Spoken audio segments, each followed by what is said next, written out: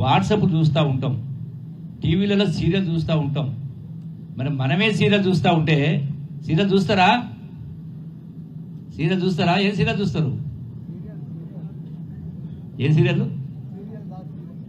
వచ్చా? పేరు తెలుసు ఎవరికన్నా? గోరంట దీపమా? అత్తారింటికి దారి, తూర్పు వెళ్ళే రైలు. మనం చూస్తే పిల్లలు చదువుతారు. అందుకనే పిల్లల్ని పొద్దున్నే 7 గంటల స్కూల్ పంపాలి. అట్లనే అంటే దీని పేరు మీద లక్షలు పోగొడుతూ ఉన్నారు. ఇలా ఏ దవాఖానా, ప్రైవేటు దవాఖానా చూసినా ఇసుక వేస్తే రానంత జనం ఉన్నారు. లక్షల రూపాయలు ఖర్చు పెడతా ఉన్నారు. అప్పుల పాలవుతా ఉన్నారు. ఆస్తులు అమ్ముకుంటా ఉన్నారు, పుస్తకాలు అమ్ముకుంటా ఉన్నారు. ఎందుకు? రోజుకు 1 గంట మనది కాదంటే అది యువకులైనా పెద్దవాళ్ళైనా ఎవరైనా. ఒకనాడు కాయకష్టం ఎప్పుడు ఇలా అన్ని మిషన్లు వచ్చినాయి. దున్నడానికి, నాటడానికి, తూరు పోటడానికి అన్నిటికీ కూడా మిషన్లు వచ్చినాయి.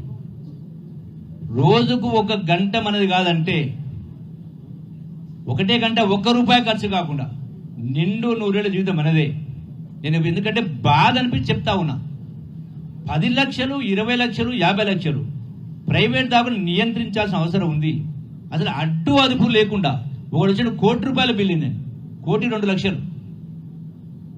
అంటే అందుకే అంటూ మన వ్యవహారం అంతా కూడా గుడ్డెద్దు చెల్లబడేట్టుగా ఉంది. 1 గంట మనం 1 గంట ఆరోగ్యానికి సంబంధించి యోగా చేయొచ్చు, ఉరుకోవచ్చు, ఆటలు ఆడవచ్చు, పాటలు పాడచ్చు, ఏదో ఒకటి చేయవచ్చు. చేస్తలేము. ₹1 ఖర్చు కాదు. వినడానికి ఇబ్బంది అనిపించవచ్చు, ఇది వాస్తవం. మూడవది దీని పేరు మీద అప్పులు చేస్తా ఉన్నాం. మూడవది ఫంక్షన్ల పేరు మీద లక్షల రూపాయలు అప్పులు చేస్తా ఉన్నాం. లేకుండా అప్పు తెచ్చి చేస్తా ఉన్నాం.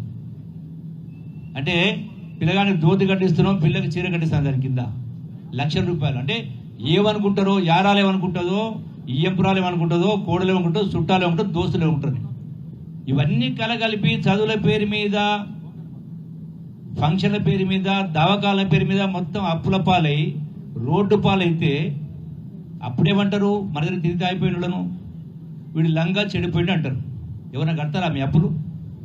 అందుకనే ఏ నిర్ణయం తీసుకునే ముందు, ఆలోచన చేసే ముందు నిర్ణయం ఒకసారి మన